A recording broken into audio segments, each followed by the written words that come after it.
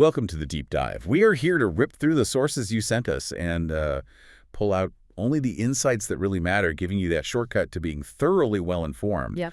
Today, our mission is, well, it's razor sharp. You're looking for immediate, high-impact strategies to stop drowning in tasks and, cut through procrastination right now. That's right. We're diving deep into one of the most celebrated and shortest productivity manuals out there, Brian Tracy's Eat That Frog. It's a classic. It is. The source material is just pure actionable strategy.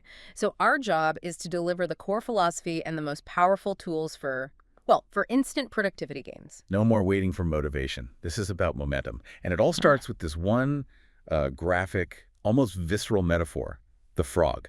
This isn't just about the hardest task on your list. It's something much more specific, isn't it? It is. Tracy defines your frog as your biggest, most important task, the one single thing that you know will have the greatest positive impact on your results. But which you are, ironically, most likely to put off. It's the one you dread. Right.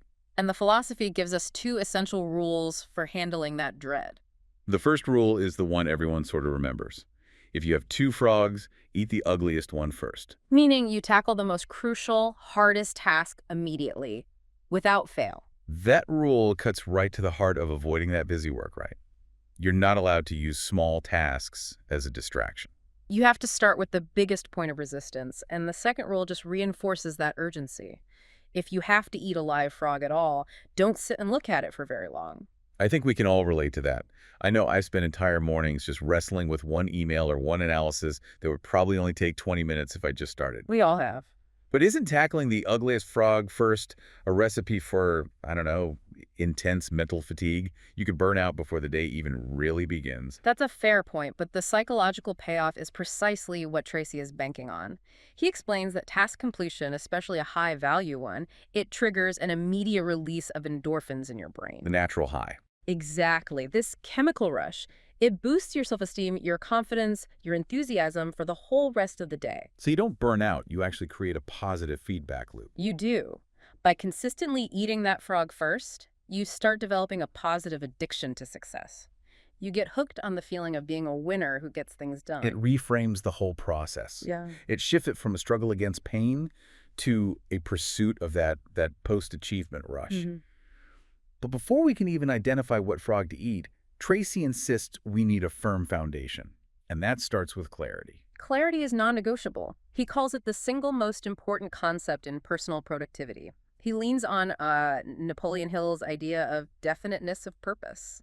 It makes sense. If your goal is vague, if you're not sure what success even looks like, confusion sets in. And confusion is the root cause of procrastination. Absolutely. We've all felt that inertia when you're faced with a huge, undefined project. It's just easier to scroll through email than to find the final deliverable. And the source has some, truly shocking statistics to back this up. I was just looking at that. Only about 3% of adults have clear, written goals. Those who do, they routinely accomplish 5, even 10 times as much as people with the same skill who just keep their goals in their heads. So the simplest tool you have is just thinking on paper. It's a phenomenal return on investment for just grabbing a pen. Okay, so to help with this, the source gives us a really practical framework, the 7-step goal achievement formula, the learner's shortcut. Let's walk through this. Step 1, decide exactly what you want. And this is where we run into the most friction in a modern workplace, right? Yeah. Deciding what you want often means sitting down with your boss, with your team, to get crystal clear on expectations and priorities. Tracy says one of the worst uses of time is doing something well that didn't need to be done at all. So true. Okay, once you have that clarity, step 2 is to write it down, crystallize it. Step 3, set a deadline. Because a goal without a deadline is just a wish. And if it's a huge goal, you use sub-deadlines to keep the pressure on. Step 4, make a list of every single task required to get from A to Z. It might seem intimidating, but it takes the fear out of the unknown. Right. It turns a scary, big goal into a visual collection of small tasks. Then step 5 takes that list and makes it navigable. Organize it into a plan. You figure out the priority, the sequence of the steps. Which brings us to the 10-90 rule of planning. This is so counterintuitive to the kind of person who just wants to jump in and start doing. Right. It states that the first 10% of time you spend planning your work before you start will save you as much as 90% of the time in the execution.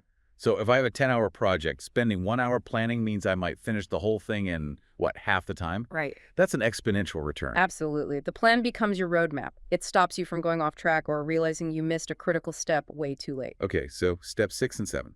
Step 6, take action on your plan immediately. A perfect plan is useless if it just sits there. And step 7 is all about consistency. Resolve to do something every single day that moves you toward that major goal. Build the habit. And part of this planning relies on lists, not just one master list, but a whole system. You need 4 kinds. The master list, which is everything you want to do someday. Then you distill that into a monthly list. And then the really effective weekly list. A lot of people find that just planning their week ahead transforms their productivity. More than any other single act. And finally, you have the essential daily list. And here's the simplest hack. Make your daily list the night before. Yes. You clear your mind, you know exactly where you're starting the next day, and this is the key. You let your subconscious mind start working on the tasks while you sleep. So you wake up with a head start. Your brain has been finding efficiencies while you were resting. Precisely. Okay, so now we move from planning to execution. We have a list, but we still have to figure out which frog to eat. And this brings us back to the famous 80-20 rule. The Pareto principle. It's the most powerful filtering tool there is. Apply it to your work. 20% of your activities will count for 80% of your results. So if you have 10 tasks, 2 of them will produce more value than the other 8 combined. And you have to learn to identify those 2 tasks, those vital few. But the key insight here is where where they universally fail. And why they feel so overwhelmed. The common mistake is exactly what you're trying to avoid. Procrastinating on the vital few, that top 20%, while keeping busy with the trivial many, the bottom 80%. So you could be busy all day, crossing off 8 easy tasks, but still feel like you accomplished nothing. Because you avoided the 2 that truly matter. So the rule is absolute. You have to ruthlessly refuse to work on the bottom 80% while your top 20% is still undone. Resisting that temptation to clear up the small things first. And that resistance requires what Tracy calls superior thinking, which is just the ability to accurately predict consequences. There's that Harvard study by Dr. Edward Banfield. Right. He spent decades on this and concluded that having a long-time perspective, the ability to project consequences far into the future, is the single most accurate predictor of upward mobility. That's a huge takeaway. Long-term thinking improves short-term decision-making. So if you have to choose between a small tadpole task and that huge A1 frog, you ask, what are the potential long-term consequences of doing or not doing this? And if the task has a large positive consequence or a huge negative one if you don't do it, it's a top priority. Future intent has to influence present actions. It's all about delaying gratification. But the reality is that we're never caught up. You always feel like you don't have enough time for the big frogs because the small tasks just keep multiplying. And that is precisely why you need to internalize the law of forced efficiency. It gives you permission to stop trying to do everything. What's the law? There's never enough time to do everything, but there's always enough time to do the most important thing. You will never clear your backlog. You can only hope to be on top of your most important responsibilities. So how do we define that most important thing day to day? Peter Drucker, the management guru, offered 3 transformative questions. First one, what are my highest value activities? You have to be crystal clear on what genuinely moves the needle. And the second question is even more potent. What can I, and only I, do that, if done well, will make a real difference? That's about identifying your unique contribution. If you don't do it, no one else can. That's your A1 frog. And the third question, the core of daily time management. What is the most valuable use of my time right now? You have to ask yourself that every hour. Answering it honestly is the key to your success. Answering that question leads directly to this beautiful concept, creative procrastination. Since you can't do everything, you have to consciously and deliberately choose what you're going to put off. It's the conscious choice to postpone low-value activities, the tadpoles. To free up time and energy for the high-value frogs. This is about setting posteriorities. I love that term. It's great, right? Choosing what's least important. Warren Buffett said his success was mostly about being able to say no to everything that is not absolutely vital. It takes discipline. And a great technique here is zero-based thinking. You look at a recurring task, a monthly meeting, a report, and you ask, if I weren't doing this already, knowing what I know now, would I start doing it again today? And if the answer is no, it's a candidate for abandonment or delegation, like the story of the golfer who was playing 3 or 4 times a week. Causing stress at home and work. He realized, no, I wouldn't start this schedule today, and he cut back, freed up his time, and reduced stress. Exactly. You eliminate tasks that persist just because of inertia. Okay, so we have our list. We've applied the 80-20 rule. We've filtered out the junk. Now we need a concrete daily method for what's left. The 80-CDE method. This is the practical filter you apply to your daily list. You assign a letter to every task. A is the must-do. Serious positive or negative consequences. This is your frog. And if you have more than one A task, you instantly prioritize them. A1, A2, A3. A1 is the biggest, ugliest frog. It has to be eaten first. And then you have B, the should-do, the tadpoles. Mild consequences if ignored, like cleaning your desk. And the rule here is critical. You should never do a B task when an A task is left undone. C is the nice to do. No real consequences, grabbing coffee with a coworker. D is for delegate. Anything someone else can handle, even if they only do it 80% as well as you. Free up your time for the A tasks. And E is eliminate. The tasks identified by zero-based thinking that are no longer relevant. Get them off the list entirely. And once you found your A1, the discipline is simple. You plunge in immediately and you stay at it until the job is completely finished. That focused effort eliminates decision fatigue and just multiplies your results. So let's talk about leveraging that focus. In our final section, the source introduces the law of 3, a really powerful concept. The law of 3 states that out of everything you do, only 3 core tasks contain 90% of the value you contribute to your organization. Like the story of Cynthia Yeah. from the source. She identified her 3 key tasks out of, 17 responsibilities she was managing? 17. And I think most people would feel terrified by that concept. You know, if I have 17 things on my plate and only 3 are valuable, what happens to the other 14? That's where the delegation and creative procrastination come back in. Right. Cynthia focused almost exclusively on those 3 activities, delegated the rest, and just eliminated the others. And by focusing her energy on her big 3, she doubled her output and doubled her income in just 1 month. It's incredible leverage. And the source makes a great point about how this applies beyond work to personal balance. Yes. While the quality of time at work is about focusing on your A1 tasks, the quantity of time at home FaceTime with your loved ones, that's what's vital. The quantity of quality time at home matters for 85% of overall life happiness. So the goal of eating the frog efficiently is to free up that quantity of time for what really matters personally. But to get that focus, we have to address what's holding us back, our key constraints. You have to identify the limiting factor that sets the speed of your progress. And surprise, surprise, the 80-20 rule applies here too. 80% of your constraints are internal. They're your habits, your abilities, your self-discipline.